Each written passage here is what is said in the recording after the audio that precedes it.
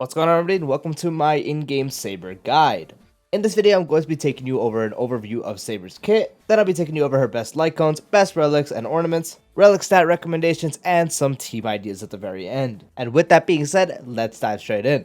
Saber is a wind destruction character, and her basic attack will deal wind damage based off of her attack to a designated enemy. Her skill is a blast attack that deals wind damage to a designated enemy and also the adjacent targets. If Saber does possess core resonance when she is using this, and it's also able to regenerate her energy to max with this next instance of skill attack, it will increase the damage multiplier for that instance of skill by 14% for each stack of core resonance you do consume, and will consume all core resonance stacks to regenerate energy for Saber after attacking. Otherwise, she will immediately gain 3 points of core resonance. Her ultimate deals wind damage to every enemy and also deals 10 instances of damage, which each being wind damage, that will be dealt to a random enemy based off of her attack. And after you use her ultimate, you will gain access to an enhanced basic attack. The enhanced basic attack will first gain 2 core resonance stacks and then deal wind damage equal to 150% of Saber's attack to all enemies. And will additionally deal more damage based off 2/1 enemies. If 2, it's 150%, if 1, it is 220% of her attack to all the enemies, which is further increasing her strength against a single target enemy. Her talent will let her gain a core resonance immediately upon entering battle. Anytime someone on your team uses ultimate, it will increase Saber's damage dealt by 60% for 2 turns and also gain 3 core resonance stacks. Every core resonance stack you do consume will regenerate a fixed 8 energy for Saber. Saber's technique will increase her attack by 35% for 2 turns at the start of the next battle and also immediately gain 2 core resonance stacks. Her A2 first increases her crit rate by 20%, and when you enter battle or when you are also using her enhanced basic attack, you will obtain a effect called Mana Burst. While you are under the Mana Burst effect, if you do have core resonances and you are able to consume them to fully regenerate her energy with the skill, you will now also consume those core resonance stacks and also Mana Burst to immediately recover a skill point for your team and also let Saber immediately take action. Her A4 allows Saber to hold up to 120 excess energy, and after you do use your ultimate, her excess energy will be cleared and a corresponding amount will be regenerated. And if Saber does have less than 60% energy when entering battle, it will be regenerated to 60%. And her A6 will give Saber a 50% increase to crit damage for 2 turns when using her skill. And for every point you do gain of core resonance in that battle, Saber additionally will get a crit damage increase of 4%, stacking up to 8 times. Saber's E1 increases her ultimate damage dealt by 60% and allows Saber to get a core resonance stack when using basic attack or skill. Her E2 will now give her a defense ignore for every core resonance point she does gain in battle. Every point will now give 1% defense ignore that stacks up to 15 times. And when you do trigger the core resonance skill multiplier effect, each point of core resonance you do consume additionally will increase the damage multiplier for that instance of skill by 7%. Her E4 increases her wind res pen by 8%, and after you do use her ultimate, it will additionally increase her wind res pen by 4% that stacks up to 3 times. And her E6 will increase the wind res pen of her ultimate damage by 20%, and now the overflow energy that you are able to accumulate increases up to 200. When you do use ultimate for the first time after entering battle, it will regenerate a fixed 300 energy for Saber, and can be triggered 1 time after every 3 ultimates.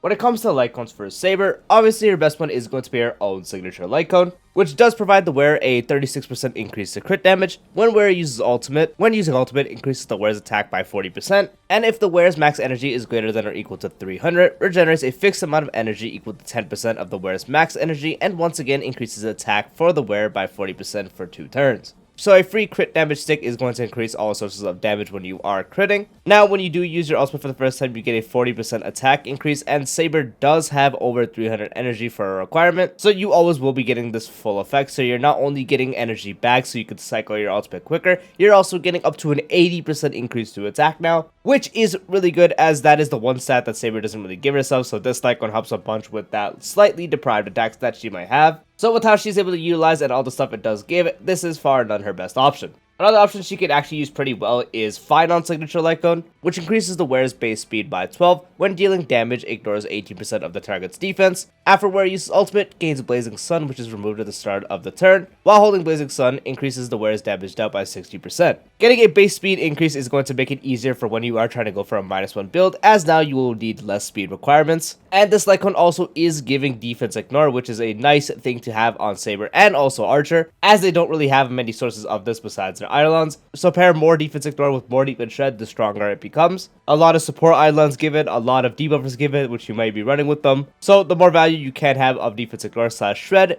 this becomes very, very powerful. And the last part of the Lightcone is slightly harder to get. If you are able to time it, you can get 60% damage dealt, but it's mainly for these two as they're permanently up. But if you are able to have the 60% damage dealt, the performance of the Lightcone does go up. But yeah, again, the base speed increase is going to be really nice, and the defense ignore is also very nice, making this another really good option to use. Dot and Hang Signature Lightcone is also very much usable, increases the wearer's crit rate by 18%. When the wearer uses their basic attack, they gain a stack of Dragon's Call lasting for 2 turns. Each stack will increase the wearer's attack by 18% and energy regen by 6%, and can be stacked up to 2 times. With her enhanced basic attack, you will be having a stack pretty often, and it's going to be giving a good amount of attack percent and also energy regen to get your ultimate faster. If you're able to weave in actual basic attacks to keep uptime on the Dragon's Call, it becomes a lot better, but you have to play smart because you're losing out on spamming skill. And the extra crit rate makes you need even less crit rate rolls than she already does need. So just be sure not to overcap, but if you're not overcapping, this can help you make even an easier build. So this Lightcone is very much utilized on her pretty well. The Lightcone from the Herder shop is also very, very good, increasing the wearer's attack by 8%, stacking up to 4 times every time the wearer attacks.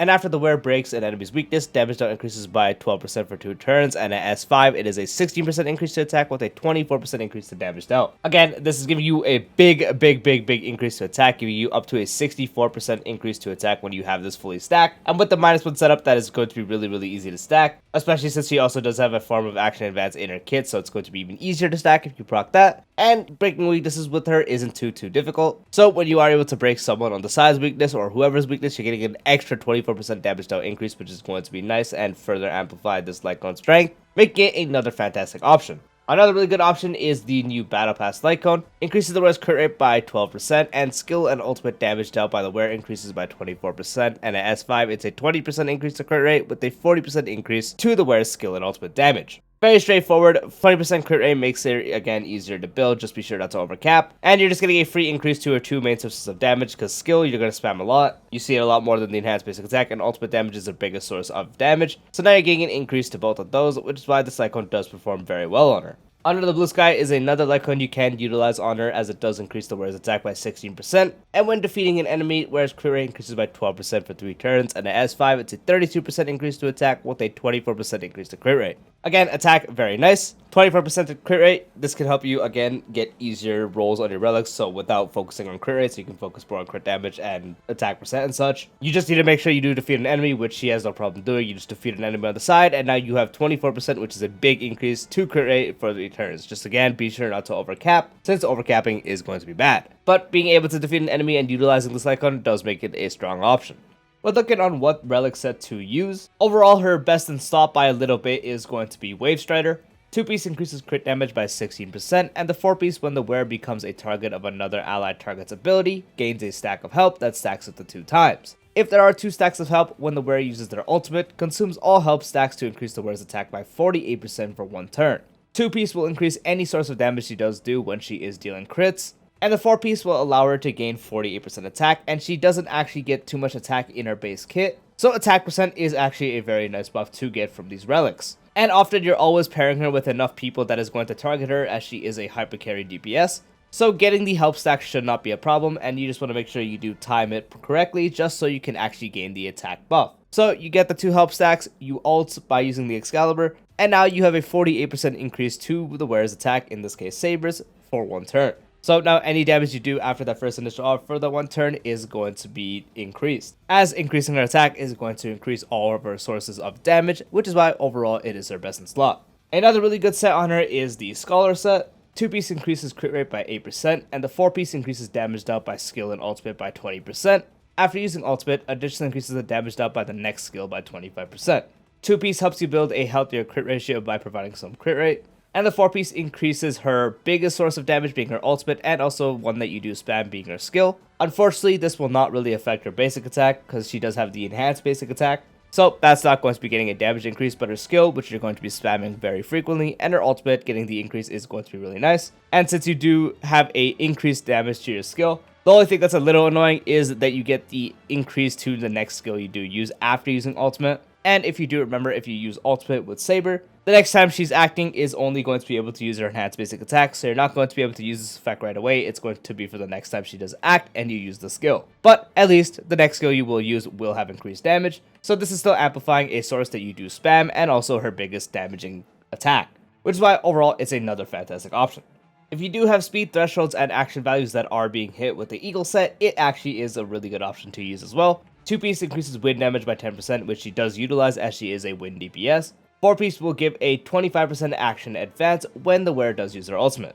This allows for certain setups as having lower side speed builds, but once you do use the ultimate for the first time, you're able to go above a actual action advanced character, effectively giving you a -1 setup. Or if you want to further that and get hyperspeed setups with the action advance this 4-piece does provide. So building your actual support as hyperspeed and building enough speed on Saber to around the 140-ish range to where when she does ult, she actually goes above them if they are tuned correctly. And now effectively you have a hyperspeed -1 at the same time. Or even further setups where your other supports are built really fast, you have S5 DDD, and setups that pretty much let you get up to 3 turns in a cycle. If you have those setups in mind and this does work for you, then Eagle set can actually become one of your best to use. Just be sure it's actually giving you something that matters, or at least is making you attack before an enemy would potentially kill you. Because if you're not really getting anything and you're not really hitting any action values that matter, then Eagle set is effectively not going to be worth anything. But if you are able to hit good thresholds and good action values, then it becomes a great option. Past those, it would be combining 2-piece, so you can do 2-piece of one of the crit ones, so Scholar or Wave Strider, or actually just do 2 of them together, so 2-piece Scholar, 2-piece Wave Strider. Combine that with 2-piece of the Eagle set for the wind damage, or 2-piece of one of those with 2-piece of one of the attack percent increasing sets, so Musketeers, the Dot set, with Zorik set, or Hero set. And then when it does come to her Planar Ornaments, the one you overall want to use is going to be Glamoff, which gives the wearer a free 12% increase to attack, and when the wearer's speed is equal to or higher than 135/160, wearer deals 12%/18% more damage. Most Saber setups is going to be running a -1 speed setup at around the 135-ish range, so you have your Saber at 135 speed and have your Sunday, Bronya, or whatever at 134 speed for a -1 setup. Or if you're doing a setup where you do get speed buffs in battle and you're able to hit 160, then this further amplifies as the best in slot. But even with just the extra 12% damage, it is still going to be your overall best in slot when doing a -1 setup. If you are doing a base speed Saber build, then obviously you will not be able to use this. But for most cases, it is going to be best in slot, as you most commonly will use her with a -1 setup. Another one that actually does work pretty well on her is Space Ceiling Station, which increases the wearer's attack by 12%, and when reaching 120 speed or higher, you will get an additional 12% attack. So practically just a free 24% increase to attack, which is going to help with all sources of damage she does have, so her enhanced basic attack, the skill, and the ultimate, rather than just focusing on one or the other, which I'm going to get into with Ornaments right after this. That's why this one has a slight edge when it comes to the total damage you can do, but the difference isn't too big. So if you just happen to have really good spacing station pieces from just, playing for a while or playing for when you started, then it actually is a viable option to use. These next two do depend if you want to focus on her overall damage with the enhanced basic attack and skill, or if you just want to fully just deck out having her ultimate do the most damage. If you want to focus on her enhanced basic attack and skill more, you will go ahead and use Ruin Arena, which provides 8% increase to the wearer's crit rate, and increases damage dealt by the wearer's basic attack and skill by 20% when reaching 70% or higher crit rate. In battle with the DPS, you obviously want to get to as close as 100% as possible, so this shouldn't be an issue. So the basic attack damage and skill damage is going to be focusing on her basic attack, obviously, but in this case, it would be the enhanced one. And the skill, you do spam it a lot, so you're going to get an increase over there. This is why I generally recommend this before the next one I'm going to mention, because her ultimate already hits so hard, so it's nice to actually focus on overall spread. But if you do want to focus on just her ultimate, you would use Salsado, which is the same first part with 8% crit rate and a crit rate requirement, but instead of 70%, it is 50%. And instead of basic attack and skill, it is ultimate and follow-up attack damage by 15%. Unfortunately, Saber does not have a follow-up attack, so you cannot utilize this, and it's just going to be a amplify to her ult. So if you want her ultimate to do the most damage, then you would go ahead and use Salsado. For what main stats you do want to use, for the body, you will use crit rate or crit damage corresponding to which one you need more. For the feet, you would primarily use speed to get that -1 setup I was talking about. So again, getting your actual Saber to around 135 speed and your action advanced character at around 134. But if you are running a hyper speed support, so a 160 speed Sparkle, Sunday, Bronya, then you can have an attack percent boost on Saber for a base speed build. Generally, -1 speed is going to be better, but you still can do base speed. For the orb, you want to do attack percent or wind damage, just use whatever has the better substats. Attack percent does pull ahead in most cases, especially with speed boots, but the difference is very minimal, so just use whatever piece you have that has the best substats. And for the link rope, you mostly will be doing attack percent. The only case you would run energy regen rate is if you're actually able to get an additional ultimate sometime in the battle. If you are able to get 1 to 2 ultimates more than when you are running an attack percent rope, then it can overall do more damage. But if you're not able to get that 1 or 2 extra ults, it's going to be much worse to run an energy regen rope, and at that point you're much better off running attack percent. So for most cases, I primarily just recommend running attack percent. For the substats, first, if you are doing a -1 setup, you want to focus on getting Saber speed to 1 speed higher than your action advanced character. So if your Sunday speed is 138, you want to get Saber speed to around 139 to 141. And if you're doing Eagle setups, then you obviously want to account to hitting the right speed, such as having your Saber at a certain lower speed, around maybe even 110 or a little less, and have her ultimate put her above Sunday and above breakpoint. To effectively get a -1 speed setup, you can also do that. And if you're also doing hyperspeed shenanigans with that and also DDD setups, then obviously account for that. And if you're doing base speed, then you would ignore all the speed setups. Past that is your generic crit rate, crit damage, and attack percent. If you are running Sunday, you want to make sure you get at least 60% before entering battle, as she does give herself 20%, so that would be 80, and the Sunday buff would make it 100. If you're not running Sunday or you're running different sources such as RMC Eidolon buff, or you're running Sparkle and her Lightcone buff, just account for whatever and try to get as close as to 100% as possible. And then past that, more crit damage and more attack percent. For team building / team ideas, Saber works fantastic with the action advanced characters, so you're always usually going to have another one. The best one is going to be running Sunday, but if you don't have Sunday or Sunday is occupied, you very much could use someone like Bronya instead. I can't even find her. There she is. You can use Bronya instead of Sunday if you don't have her. If you are doing a base speed Saber and a hyper speed Sparkle, you can use Sparkle on that slot too, but in this case I'm using a -1 setup as an example. So this would be your action advanced character, and then the third slot can either go to a debuffer or another support. Debuffers are really strong now, namely 2, so in this slot you can put someone like Cypher, or you can also put someone like Silverwolf. Silverwolf is also going to be great in this slot, but in this case I will use a support as an example. Usually here you would put another AoE buffer, so one of the really good ones. Robin works fantastic, especially with our team-wide advance. Tribi is also going to amplify her damage a lot. You can also use someone like Ruan Mei. In this case, I'll just use Tribi as an example. And last thought would go to your sustain. So the best sustain you can use with her is going to be Fofo. She's going to be the best one to use. But again, as I always say for sustains, just use whatever you have best. You can very much use Aventurin with her. You can very much use someone like Luocha. You can very much use someone like Gallagher. Gallagher SP Jet is really nice. Just whatever in the best slot you do have for sustain. In this case, I'll just put Fofo, so a team would look like this. And if you want to do sustain list, then the last slot would go to another support or a debuffer. Again, Cypher, Silverwolf, or Payla even. Put a support like Robin, so in this case I'll do something like this. If you don't have one of these, you can sub them out for another one like the characters I was mentioning. You can also very much use someone like Ting Yin. Ting Yin's also very good with Saber, especially with the energy she does provide, so that's going to be nice. You can also use someone like RMC, so you could sub out one of these characters for RMC. My character is set to Harmony Trailblazer right now, so just pretend that's RMC. But yeah, that's an option, and again, you would just use whatever. So in this case, you could also put someone like Cypher. You have quite the flexible options, as it's not really a support that doesn't work with her. And that does wrap up the Saber guide. If you guys found the video helpful, dropping a like would be greatly appreciated. If you're new to the channel or haven't done so already, be sure to subscribe and turn the bell icon for future videos like this, along with all the types of Star Wars content and guides. And I'll see you later. Peace out.